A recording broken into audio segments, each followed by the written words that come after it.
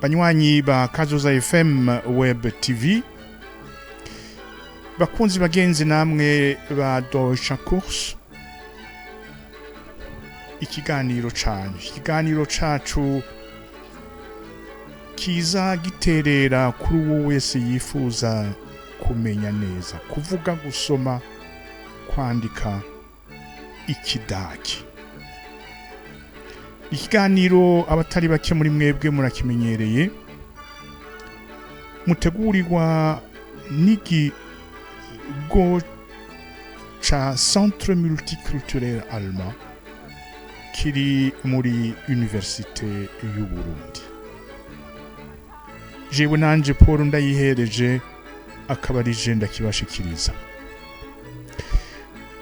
Mu kiganiro cuno munsi tugiye kubandanya twiyuhweza ukuntu amajambo ari mu murwi umwe, amajambo bita adjective, ingene ahindura forme, ahahindurira forme, ivyo byose bivanye na le contexte précis bien donné de son emploi ou de leur emploi.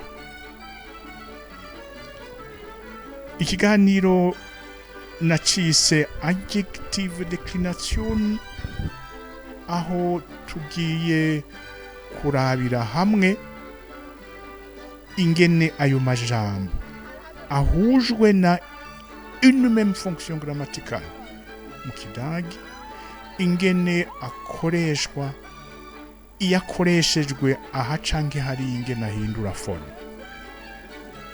Tukaba twarabonye ku ndwi iheruka iheze yuko uku guhindura forme biba hehe, biba à la fin de ces mots. Mu yandi majambo, le groupe ou la catégorie d'adjectifs zifise au départ ivyo bita Grundformen. Ce sont des formes d'origine, de départ. Mais selon les scénarios, selon le contexte d'utilisation, ces formes changent. Ces formes changent sans pour autant changer d'un iota le sens de ces mots. C'est juste la forme qui change. D'où l'appellation déclination. C'est un processus de modification de forme selon le contexte d'emploi. Kandi twarabonye yuko ivyo bikunda bishoboka gusa si et seulement l'adjectif ou ces adjectifs sont dans une succession bien donnée dans une phrase, dans un contexte. Donc,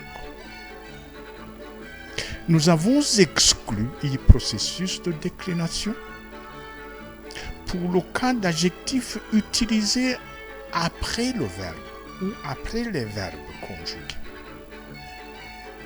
Ce processus de modification de forme ne concerne pas ces adjectifs. Tout en étant adjectif, dans ce contexte donné, ils ne subissent pas de modification. Ces mots subissent de signification si et seulement ils sont dans un scénario. À leur droite, un substantif, un nom commun. À leur gauche, il peut y avoir article. Et à la gauche de la gauche, il peut y avoir une préposition. Il peut y avoir, mais pas obligatoirement. Déclination, c'est ce processus que nous allons essayer de voir à la lumière de quelques exemples bien concrets. Comment ils subissent les influences aussi bien des éléments de la phrase se trouvant à leur droite que des éléments de la phrase se trouvant à leur gauche. À leur droite, obligatoirement se trouvent des substantifs. D'où la définition d'un adjectif. Le mot adjectif est intimement lié généralement à un substantif auquel il apporte une information, une précision. Donc, par définition, l'adjectif, c'est ce mot qui, placé à la gauche d'un substantif, vient en préciser le sens. Il décrit, il dit de façon précise, il à sa droite. Quoi de normal que dans ces conditions, il va subir l'influence de ce mot, de ce substantif. Or, les sources de modification et d'influence proviennent de quoi? Qui dit substantif dit genre. Et en allemand, nous savons qu'il y a 3 genres. Il y a der, die, das. Der pour masculin, die pour féminin, das pour ce qu'on appelle neutrum. Donc, 3 genres relativement à la nature de substantif. Tout substantif, il fait un genre.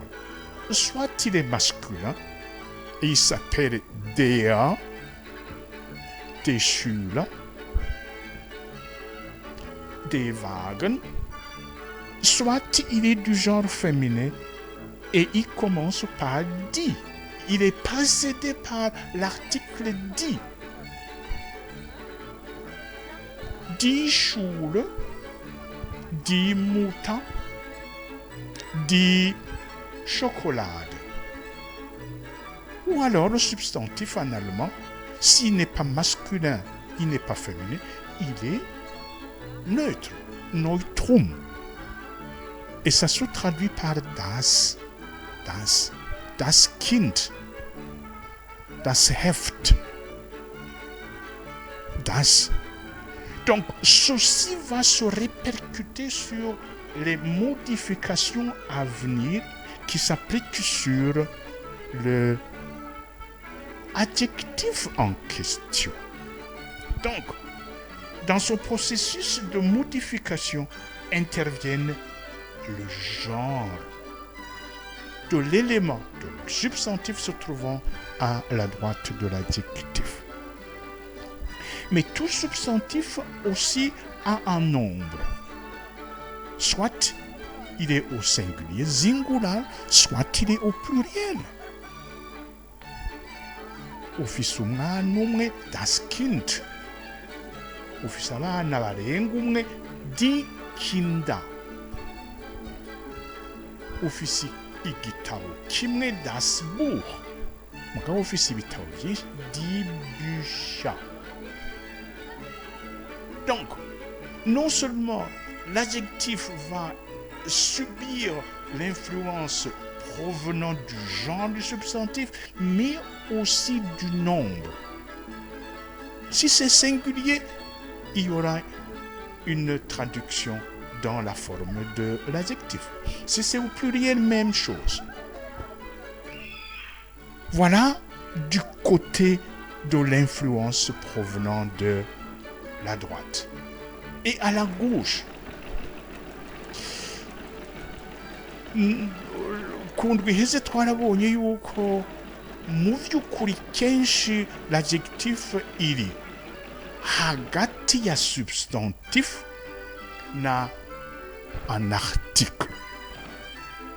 Et l'article ziri kwinshi. Hariho des articles unbestimmt, indefinita. Eine.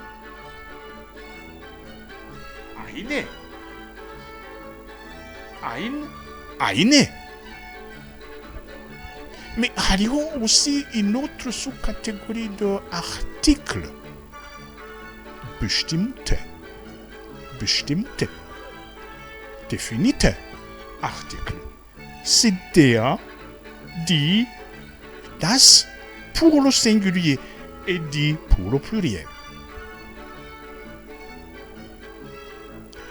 Icyo twabonanga ni uko unbestimmte Artikel eine mwabonye il n'y a que deux formes.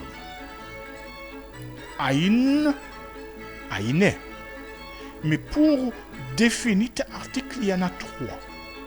Der, die, das. Ici, nous avons ein exactement la même forme. Ça, c'est pour les substantifs masculins et neutres. Même forme.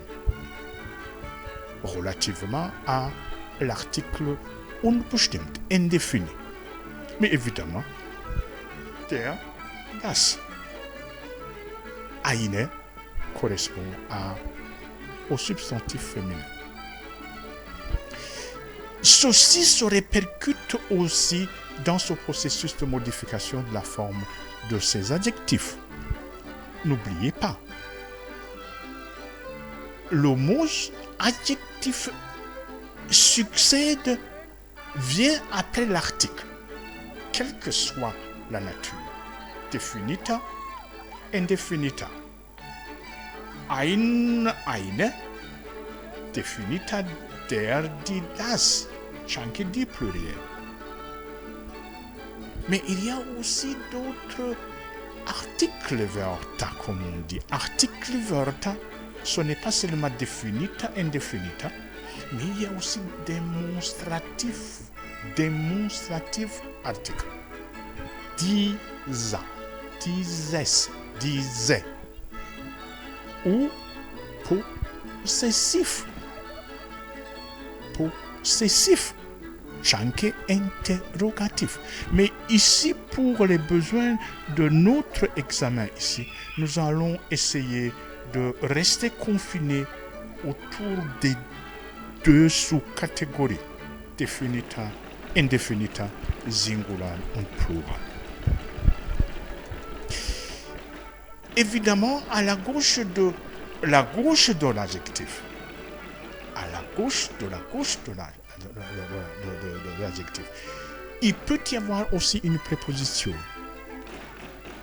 Vite rappelé, les prépositions sont de plusieurs aussi sous-ordres. C'est un groupe de mots avec des sous-catégories aussi. Il y a des catégories qui fonctionnent systématiquement et obligatoirement avec ce qu'on appelle accusatif. Il y a des prépositions qui obligatoirement sont suivies par la forme datif et d'autres par génitif. À propos, génitif, nous allons essayer pour l'instant de ne pas trop nous concentrer là-dessus, n'ayant pas encore abordé ce thème grammatical. Nous allons donc rester confinés. Au niveau de casus, datif, accusatif, nominatif, avec les formes correspondantes. Donc, nous allons maintenant essayer d'observer comment ces adjectifs, quels qu'ils soient, ils changent son lot. Le plus important, c'est quoi? C'est le genre de ce qu'il y a à la droite, le genre, le nombre de ce qu'il y a à sa droite, singulier ou pluriel, et ce qu'il y a aussi à sa gauche, est-ce definita ou indefinita article, chaque même de négation, chaque possessif, etc. Et est-ce qu'il y a à la gauche de la gauche quelque chose comme préposition? Si c'est une préposition avec datif, tout naturellement, l'adjectif va conséquemment en subir les changements. Si c'est avec accusatif, même chose. Donc tout dépend de tout cela. C'est là où je disais, et je le répète, quand on parle de changement, modification de forme des adjectifs, c'est un processus extrêmement complexe. une influence croisée, aussi bien venant de la droite que de la gauche, et même de la gauche de la gauche. Et tout cela influe de façon définitive sur la forme. Genre, sachant qu'il y a 3 genres. Nombre, sachant qu'il y a singulier pluriel. Mais à la gauche, sachant que c'est un definita, chanke definita, chanke ikindi, le plus important, c'est le casus. Le casus, rappelez-vous, il y a 4 casus. Il y a 4 casus. Il y a nominatif, il y a accusatif, il y a datif et génitif. Alors, nominatif, c'est simple à reconnaître.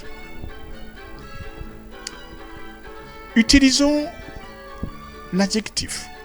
Parmi les adjectifs, les 4 adjectifs que je vous ai donnés comme exemple ici, vous pouvez amener n'importe quel autre mot qui s'appelle adjectif. Il va subir et de la même manière les mêmes modifications, si nous le mettons effectivement dans le contexte comparable. Prenons l'exemple de billig.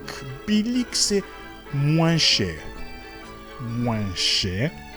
Preiswert, c'est un même mot qui signifie billig, preiswert. Preis, il y a le prix. Wert, c'est la valeur. C'est billig, moins cher. Alt, c'est vieux, ancien. Neu, nouveau ou carrément jeune. Voilà 4 exemples, seulement 4 exemples parmi de nombreux mots identifiés comme étant des adjectifs, c'est-à-dire avec une fonction grammaticale connue, apporter des précisions, une description, une information supplémentaire sur le substantif. Lequel substantif se trouve à sa droite. Donc, ici, quel que soit le mot que vous allez choisir, quelle que soit sa forme, vous allez voir, la forme va changer. Et il va changer selon ce qu'il y a à sa droite et ce qu'il y a à sa gauche. Un exemple. Prenons dans un contexte de nominatif. Le nominatif est caractérisé, traduit par le verbe sein. Le verbe sein conjugué dans les différents temps de conjugaison. Prenons un exemple d'un substantif masculin. Billig. Un exemple de billig. Stuhl. Prenons l'exemple de Stuhl. Stuhl. Stuhl. Stuhl. C'est quoi? Chaise. Der Stuhl.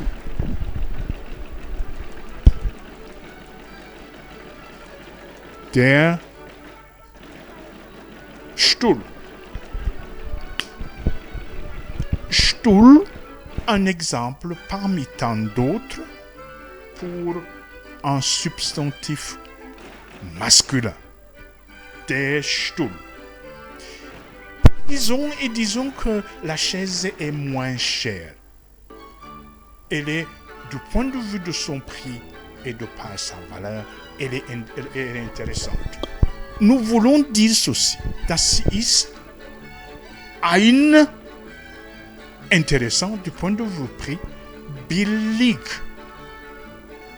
ou Preis ou preiswert.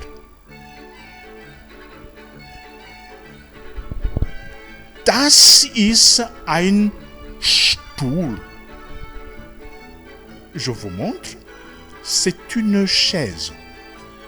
Information supplémentaire sur l'objet l'objet est intéressant, il coûte moins cher. Das ist ein billig utilisé, mais billiger. Das ist ein billiger Stuhl. Ein unbestimmter Artikel.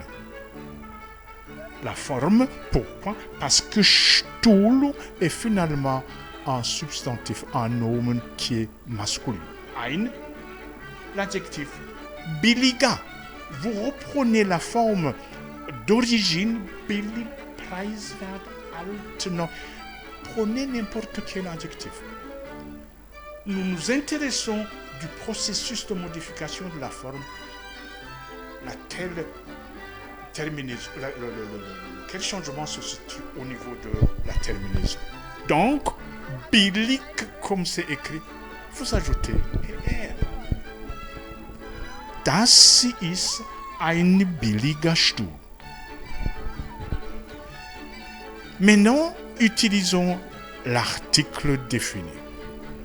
Quelle est au fait la différence entre article indéfini et article défini?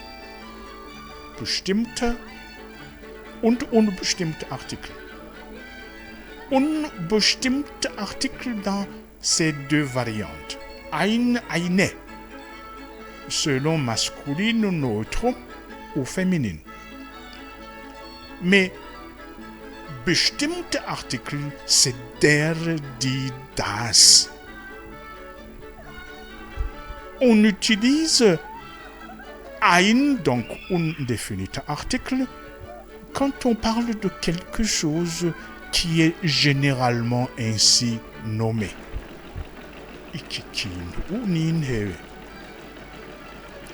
Ijambo Rumonge bazokubwira ko iki kintu citwa intebe. Genda hakurya ushaka iki kintu bazokubwira ko ari intebe. Das ist ein Stuhl. C'est un objet qui porte son nom.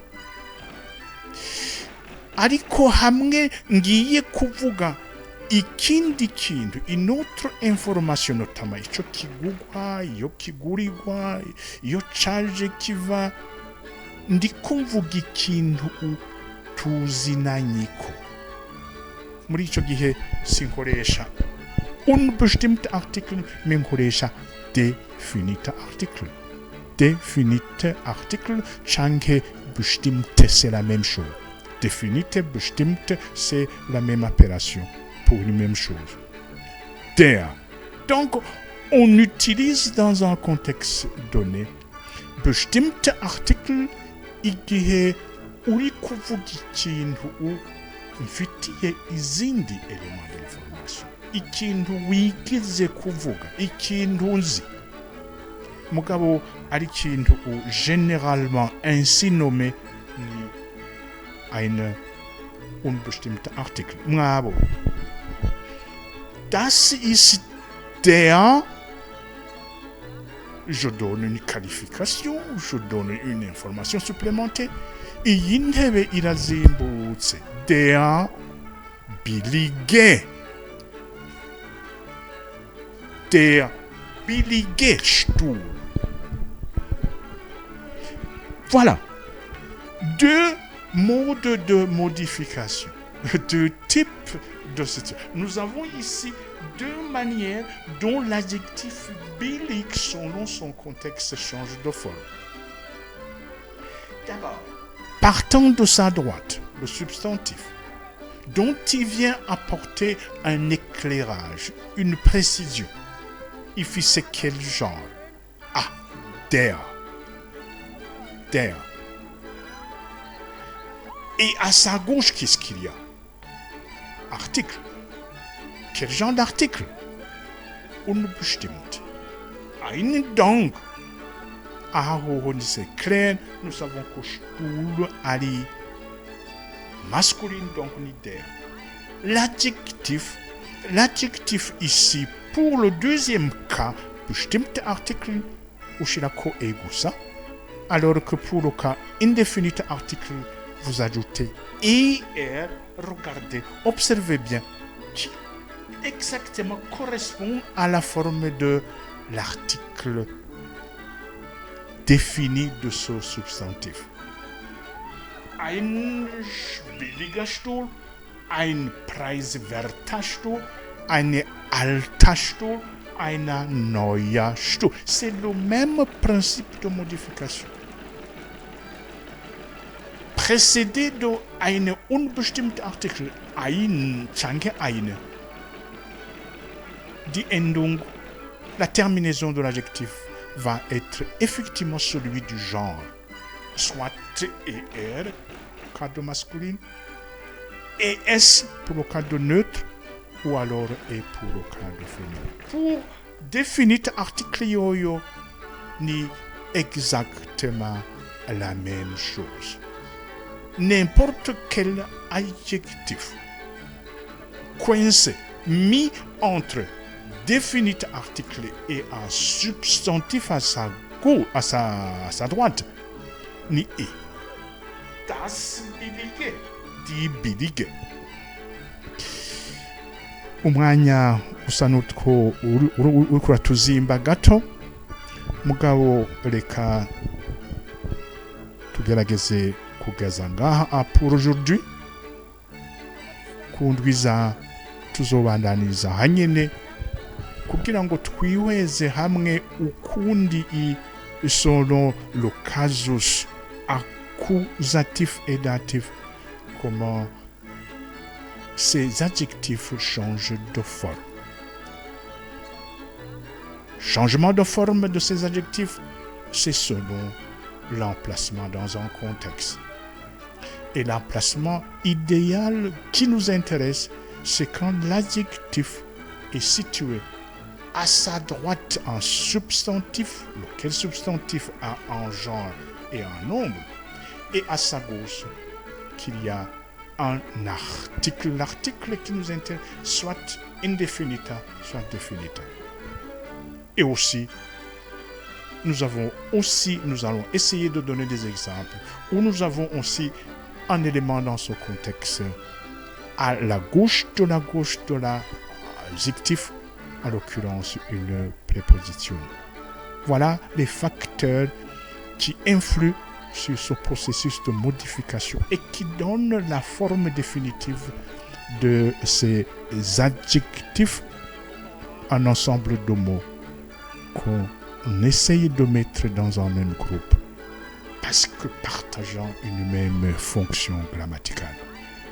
Abakengurukireko mwabanye nanje ndabifuriza kururanirwa na butaha. Kazoza FM, be your own boss.